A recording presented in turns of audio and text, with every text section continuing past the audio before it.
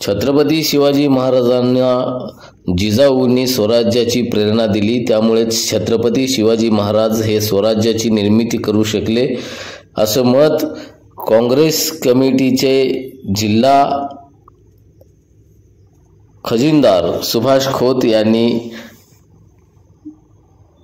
जिजाऊंच्या पुण्यतिथीनिमित्त आयोजित अभिवादन कार्यक्रमात बोलताना व्यक्त केले। यावेळी सेवा दलाचे जिल्हाध्यक्ष अजित ढोले, नंदादेवी कोलप, त्याचबरोबर अनिल मोहिते, विठ्ठलराव काळे, शमशाद नायकोडी, संदीप पाटील, उमेश कोळी, अपंग सेलचे सुरेश गायकवाड, आटपाडीचे सचिन गुरव, मुफीद कोळेकर, मौलाली वंटमोरे, नामदेव पठाडे, गणेश वाघमारे आदी मान्यवर उपस्थित होते।